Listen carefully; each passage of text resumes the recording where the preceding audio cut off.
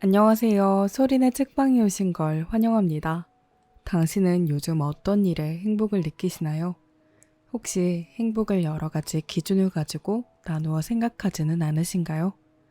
오늘 소개해드릴 책은 우리가 행복을 위해 거는 여러 가지 기준이 우리가 생각하기에 달려있고 이미 행복한 일이 가득한 일상이라는 걸 느끼게 해주는 책이었어요. 바로 별게 다 행복합니다 라는 책입니다. 일상에서의 행복, 뭐가 있을까요? 저는 오늘 맛있는 저녁을 먹은 것도, 옆에 있는 귀여운 인형을 사게 된 것도, 예쁜 구름을 보는 것도 다 행복이더라고요. 책에는 이런 내용이 있어요. 행복은 누가 주는 것이 아닌 듯하다. 행복할 조건은 충분하다. 이미 주어져 있는데 찾지 못하고 있을 뿐이다. 나는 오늘부터 행복하기로 했다.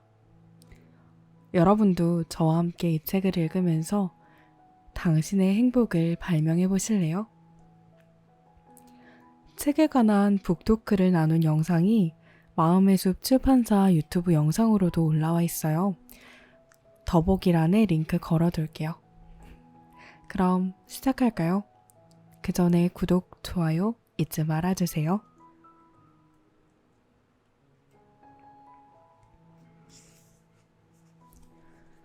첫 번째 글은 유재석은 행복할까?입니다. 오래전 유재석 씨와 예능 프로그램을 함께 촬영했다. 드라마 형식으로 전개되는 짧은 추리물이었고 녹화는 서울 근교의 공터에서 진행되었다. 녹화 도중 휴식 시간, 재석 씨와 이런저런 이야기를 했다.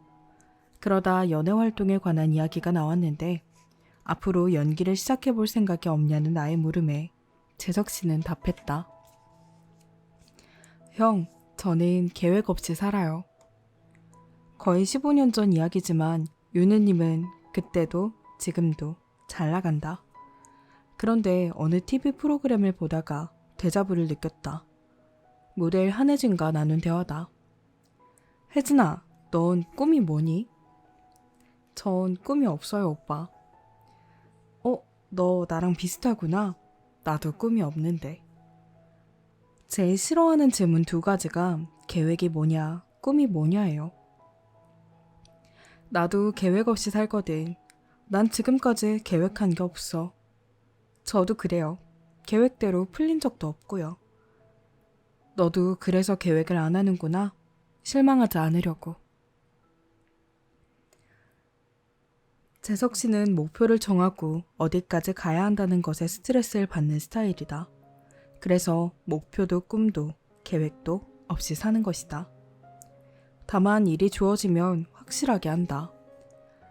자신의 삶을 방송에 맞춘다. 그렇게 방송의 최적인 컨디션을 유지한다. 마치 노자사상을 체득한 것처럼 보인다. 도덕경 64장에 이런 말이 있다. 인위적으로 행하는 자는 실패하고 집착하는 자는 잃는다. 도덕경은 무의의 경지를 이야기하는데 재석 씨야말로 거의 경지에 다다른 것 같다. 그런데 무의란 무엇인가? 쉽지 않은 개념이다. 누군가는 하는 것이 없음이라 해석했는데 무의보다 더 꼬인 설명이다. 무의는 아무것도 하지 않는 것이 아니다. 어떤 이념이나 기준을 근거로 행하지 않는 것이란 풀이도 있다. 고로 유재석 씨는 자신이 세운 기준마저 거부하고 물처럼 자기 몸을 내려놓은 셈이다. 상선약수, 도덕경 8장의 명구가 21세기 한국의 한 희극인에 의해 실현되고 있다. 우리는 그동안 과도한 계획 속에 살아온 건 아닐까? 대한민국은 1960년대 경제개발 5개년 계획을 시작하면서 개발도상국을 벗어나려 했었다. 매년 1월 1일에는 한 해의 계획을 세우느라 산 봉우리마다 해변마다 사람들이 들어찼다. 중학교에 입학하는 아이에게 꿈을 가지라 닥달하고 고등학교에 들어가는 청소년에게 야망을 가지라 몰아댔으며 성인이 되는 첫날 인생 계획을 요구한다. 취준생에게는 어느 회사에 들어갈 것인지 궁금해하고 직장을 얻으면 결혼은 언제 할 건지 묻고 신혼부부에게는 2세 계획을 취조한다. 청소년은 계획이 없다. 그 시기의 인간은 존재 자체가 계획이다. 사실 모든 인간은 존재 자체가 목적이어야 한다. 일찍이 마틴 루터 킹 주니어 목사는 1963년 워싱턴 DC에서 나는 꿈이 있습니다 라는 위대한 연설을 했다. 그로부터 반세기가 지난 한반도에서 유느님이 나는 꿈이 없습니다 라는 탁월한 명제를 내놓은 것이다. 유재석은 행복할까? 돈이 많고 유명하니 당연히 행복할까? 아니다.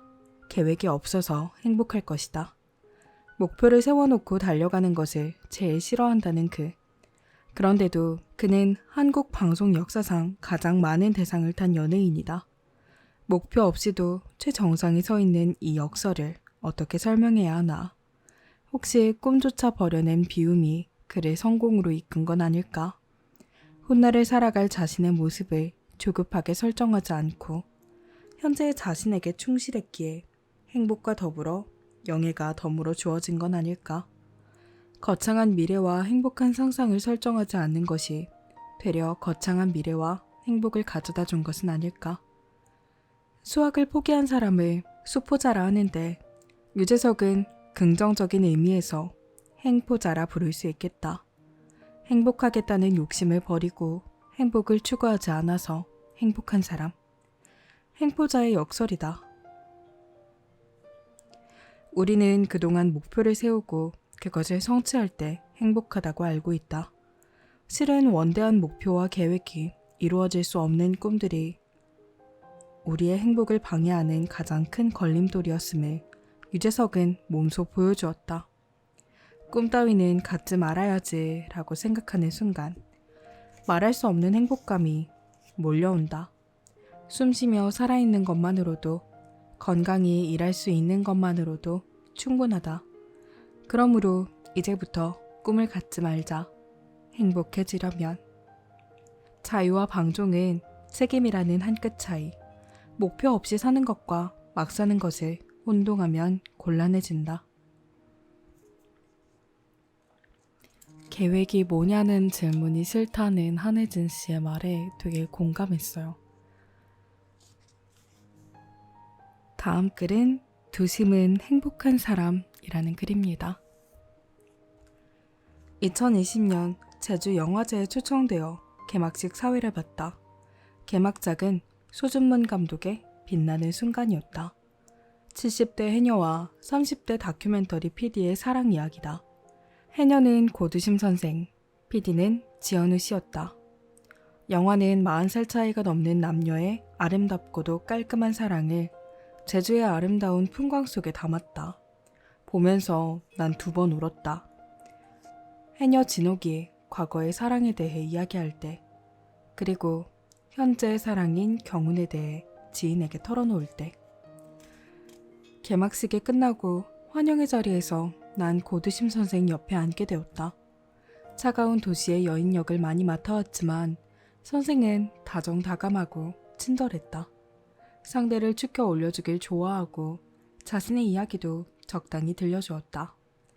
방송 3사 연기대상을 모두 휩쓴 연기의 달인이자 국민 배우인데도 제주와 관련된 일이라면 두말 않고 달려오곤 한다. 빛나는 순간에 70대 해녀 역을 맡은 이유에 대해서도 이 역을 나만큼 잘할 사람이 누가 있을까? 하며 제주도민을 웃음짓게 했다. 조선시대 때 연이은 기근으로 기아가 속출하자 전 재산을 풀어 도민을 살린 김만덕이라는 분이 있다. 2004년 고두심 선생은 김만덕 기념사업회에 1억을 기부했고 이듬해 다시 제주 여중고에 1억 원의 장학금을 쾌척했다. 1994년에 기부한 1억 원에 이어 장학금으로만 총 2억 원을 기부했다. 또 2002년에 모기업 CF에 출연하면서 2억 원을 받았다. 그때 한 기자가 출연료의 용처를 묻자 선생은 좋은 일에 쓸 것이라고 답했다. 견물생심이라는 말도 있듯이 자기가 한 말을 지키는 것은 쉽지 않은 일이다. 정치인이라면 입 싹 씻었을 약속을 고두심 선생은 지켰다. 대단하다. 그 사실을 알고 있는 나는 아무리 고향이라 해도 그렇게 하기 쉽지 않은데 장학금을 흔쾌히 주시니 선생님처럼 애양심이 있는 분도 드물 것이라고 말씀드렸다. 내 말에 선생은 답했다. 제주는 특별해요. 그럴 수밖에 없어요. 눈물 나는 고향이죠. 제주는 그렇다. 눈물 나는 고향이다. 왜 그런지 궁금한 사람은 제주도에 들러 다크 투어를 신청해보라. 몇 년 전에 LA에 갔는데 거기 사우나에 들렀어요. 동양 여자가 들어오는데 날 보더니 어머, 고두심 선생님 하며 손을 잡는 거예요. 그냥 팬인가 보다 했는데 저 두심 장학금 받았수다 해요. 어찌나 반갑던지.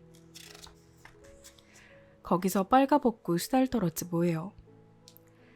아, 유쾌한 히로인 고두심. 그의 이름을 딴 두심 장학금은 제주여고의 예체능 특기생들에게 돌아간다. 2020년 선생은 대한민국 은관 문화 훈장을 받았다. 받을 만하다. 고두심 선생은 멋진 사람이다. 훈장을 받아서가 아니다. 두심 장학금을 받은 청소년들이 훌륭한 예술인, 체육인으로 성장해 전 세계에서 활약하고 있기 때문이다. 내 도움으로 공부한 새싹이 자라 가지가 돋고 큰 나무가 된다니 그 모습을 지켜보는 것만큼 흐뭇한 일이 또 있을까? 어떤 경지에 이르면 타인에게 손길을 내밀 때 행복을 발견하게 된다. 이 부분을 읽는데 고두심 선생님이 너무 멋있게 느껴지는 거예요.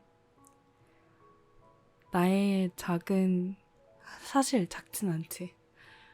여기 나온 것처럼 나의 도움으로 새싹에서 큰 나무가 되는 거. 너무 멋진 일이어서 저렇게 직접 행할 수 있다는 게 되게 멋있다라고 다가왔어요. 계속 읽어볼게요. 다음 글은 죽어도 하고 싶은 일이라는 글입니다. KBS 아나운서를 하다가 스페인으로 연수를 떠나 그곳의 생활을 책으로 엮어내 베스트셀러 작가가 된 손미나 씨를 만났다. 그는 프리랜서가 된 뒤에 세계를 여행하며 허핑턴 포스트 한국 지사장, 알랭드 보통 인생학교 교장, 손미나 컴퍼니 대표를 역임했다. 이외에도 다양한 활동을 한 여행 작가다. 어느 날 마음이 불행하다고 말했다에 사인해서 내게 건넸다. 살사 이야기가 있길래 어쩌다 춤을 배웠냐고 물었다. 실은 2018년에 교통사고를 당했는데 그때 이러다 죽을 수도 있겠다는 생각이 들었어요. 병원 침대에 누워 내일 죽어도 이 일을 할까? 라는 질문을 내게 던졌죠. 당시 하고 있던 프로젝트가 있었는데 그 질문을 던지자 아무것도 아닌 걸로 느껴졌어요. 미나 씨는 바로 진행 중인 프로젝트를 포기했다. 나머지 일도 취소하거나 그만두었다. 그리고 다시 물었다. 내일 죽는다면 오늘 꼭 하고 싶은 것은? 머릿속에 떠오르는 것은 춤이었다고. 특히 살사 댄스를 배우고 싶었던 그는 당장 살사의 고향 쿠바로 떠날 계획을 세웠다. 참 신기한 게 새 계획을 세우고 며칠 뒤에 한 항공사에서 연락이 왔어요. 남미 쪽에 노선이 많았던 항공사였는데 저에게 프로모션을 제안했고 저는 쿠바를 방문할 수 있도록 해달라고 역제안을 했죠. 항공사에서 흔쾌히 받아들여서 바로 떠날 수 있었어요. 참 운이 좋은 사람이다. 쿠바에서 매력적인 살사 선생 베로니카를 만나 춤을 배우고 카리브해의 청명한 햇빛을 온몸으로 받았다. 올드 아바나 거리에서 흥겹게 춤추는 동영상을 내게 자랑하며 보여주었다. 영상 속의 미나 씨는 행복하게 웃고 있었다. 왜 아니겠나. 인생의 버킷리스트 1번을 해치웠는데. 버킷리스트 2번은 자연이 아름답기로 유명한 중앙아메리카의 코스타리카 방문이었다고. 그렇게 돌아다니고도 또 여행하고 싶어 하다니 여행 욕심이 많은 것 같다고 꼬집어보자 그는 이렇게 말했다. 여행의 끝이 어디 있어요. 그래서 코스타리카에도 다녀왔다. 자연도 아름답고 사람들도 좋았단다. 인생을 걸 만큼 간절하지 않은 일에 자신을 몰아세울 수 없었던 여행가는 노마드의 꿈을 실현하며 길 위에서 행복했다. 여행하며 만난 이들을 사랑하고 그들에게 사랑받았다. 여행지의 자연이 훼손되는 것에 진심으로 마음 아파했고 풍요로운 자연 속에서 가난한 이들을 보며 눈물 훔쳤다. 마음이 행복하지 않다고 말한다면 멈춰야 해요. 알고 보면 우리가 하는 일 대부분이 그다지 중요하지 않더라고요. 내일 죽어도 이거 할래? 라고 속으로 물어보세요. 뭐가 중요하겠어요. 오히려 해보고 싶지만 늘 미뤄왔던 일을 당장 하는 게 나아요. 미나 씨는 새 책에서 고백한다. 가장 가까이 있으면서도 가장 돌보지 않았던 것이 있었음을. 바로 마음이었다. 세계를 무대로 돌아다니던 노마드이자 베스트셀러 작가로서 폼나는 프로젝트를 맡아 진행하던 그였지만 정작 마음은 울고 있었다. 지쳐 있었다. 누구도 살펴보지 않고 있었다. 누가 소외된 그의 마음을 돌봐야 할까? 그 자신이었다. 열대지방의 리조트에서 요가 선생님과 대화를 나누던 중 이 사실을 깨닫게 된 미나 씨는 세상 밖으로 가는 여정을 접고 내면으로 향한 길을 따라 나섰다. 상처받고 버림받은 자신의 마음을 위로하기 위해서 지구촌이 좁은 듯 헤매던 여행가는 이제 우주보다 넓은 공간으로 새 모험을 떠난 셈이다. 내게도 내일 당장 죽어도 하고 싶은 일들이 있다. 아직 가보지 않은 지구 반대편 파타고니아의 땅을 밟는 것. 홍대 앞에서 생판 모르는 외국인과 만나 3분 만에 친구가 되는 것. 누군가의 생일 파티를 몰래 준비해 그가 놀라는 모습을 보는 것. 그리고 늘 나를 응원해주는 가족. 변함없이 우정을 보여주는 친구와 맛있는 식사를 하는 것. 오늘 저녁 누구와 식사를 하겠는가? 당신에게 그리고 나에게 가장 중요한 일이다. 마음이 행복하지 않다고 말하면 멈춰야 한다. 여러분은 지금 행복하신가요? 사실 사람 마음이 제일 어려운 것 같고 그 누구의 마음보다 내 마음이 제일 어려워요. 다음 글은 이 책의 마지막 글 박명수의 불면 들어가 볼게요. 나이가 50인데 행복이 뭔지 모르겠어요. 스트레스도 되게 많고 당장 뭔가 얻게 되면 행복하지만 그 다음에는 더 공허하고 50대 중년들 가장들의 행복이 뭔지 모르겠습니다. 아이 크는 것만 보면 행복한가요? 누구의 말일까? 개그맨 박명수 씨의 고백이다. 2020년 한 TV 프로그램에 나와서 한 이야기다. 그는 잠이 안 와 수면제를 먹는데 아내에게 고통을 호소하면 잠이나 자라고 핀잔을 주고 아이는 좀 크고 나니 안아주려 해도 피해서 외롭다고 털어놓았다. 박명수 씨는 혈액암을 투병했던 작가 허지웅이 아플 때 암에 걸렸을 땐 맨발로 흙을 밟으면 좋다는 내용의 문자를 보내며 위로했다. 당시 두 사람은 일면식도 없었다. 동료 개그맨 김철민이 폐암으로 투병하자 그를 위해 게릴라 콘서트를 열어주기도 했다. 명수 씨는 그렇게 마음이 따뜻한 사람이다. 아름다운 아내와 무용을 전공하는 멋진 딸이 있다. 부인은 의사고 본인은 유명 연예인이니 재산도 엄청나다. 방배동에 건물이 있고 그의 유튜브에 따르면 3년마다 자동차를 원 없이 바꿔 탈 수 있단다. 명예와 돈, 모든 걸 가졌다. 그런 그가 불면증에 시달린다고? 왜? 생텍쥐페리의 어린 왕자에는 저 유명한 술꾼 이야기가 있다. 어린 왕자가 술꾼에게 묻는다. 아저씨는 왜 술을 마셔요? 잊으려고. 뭘요? 부끄럽다는 걸 잊으려고. 뭐가 부끄러운데요? 내가 술을 마신다는 게. 명수 씨도 비슷하다. 아마도 어린 왕자는 그에게 이렇게 물을 것 같다. 왜 잠이 안 와요? 그들이 알아주지 않으니까. 누가요? 아내와 딸이. 뭘 알아주지 않는데요? 내가 잠이 오지 않는다는 사실을. 불면의 고통을 가볍게 여기는 게 아니다. 그의 아픔을 우스개로 만들려는 것도 아니다. 나 역시 중년의 소외가 가장의 외로움을 절절히 느낀다. 잠이 오지 않아 뒤척이거나 자다가 깨어 괴롭던 날이 하루 이틀이 아니다. 그래서 명수 씨의 호소에 공감하고 그의 불면증을 100번 이해한다. 당장 막아야 할 대출 만기, 아들에게 보낼 돈, 임대 계약이 끝나가는 집, 언제 다시 올지 모르는 협심증. 내겐 강남에 빌딩도 없다. 알량한 글솜씨 하나로 쓰고 또 쓸 뿐이다. 행복이 뭐냐고? 잊은 지 오래다. 달콤한 잠이 뭐냐고? 언제 마지막으로 푹 잤는지 기억나지 않는다. 왜 잠이 오지 않는 걸까? 하루하루 벼랑 끝을 걷는 느낌. 누군가 밀지 않으면 내가 나를 밀 것 같은 기분. 무작정 버틸 뿐이다. 가뜩이나 어려운 프리랜서 생활에 올해는 코로나까지 겹쳤다. 그동안 누렸던 일상이 죄다 깨졌다. 생활 리듬이 흔들리니 가장 중요한 루틴인 잠이 불안정해지는 건 당연한 일이다. 언젠가 행복 전도사란 이름으로 불렸던 분이 스스로 생을 마감했다. 왜 그랬을까? 사실 우리의 삶은 행복의 방점이 찍혀있지 않을지도 모른다. 모든 생명이 그렇듯 인간 역시 생존이 목적일 뿐 행복은 옵션이 아닐까? 행복해야 한다는 말을 너무 강조할 필요가 없는 것이다. 아무 일도 일어나지 않는 것이 행복일 수 있다. 건강히 일어나고 잘 자는 것이 행복일 때가 있다. 걸을 수 있는 것이, 숨 쉬는 것이 행복일지 모른다.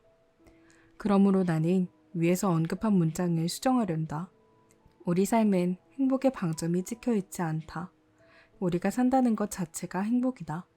아프고 괴롭고 고통스러운 것 역시 우리 삶이다.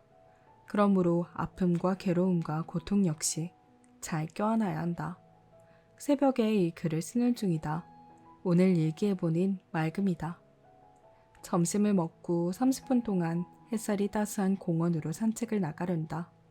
태양을 많이 받아들이면 잠이 잘 온다니까. 이 땅의 수많은 명수들아, 같이 걸어보자. 잠을 푹 자라. 행복의 출발점이다. 저는 마지막에 읽은 글에서 모든 생명이 그렇듯 생존이 목적이고 행복은 옵션이 아닐까라는 말에 맞네 이런 생각을 했어요. 행복해지려고 사는 게 아니라 일단 살면서 행복한 일을 찾아내는 게 아닐까? 사실 생각이 되게 많은 시기를 지나고 있을 때여서 행복하다, 행복의 감정이 뭐지? 이런 걸 고민할 시간을 갖지 않았어요.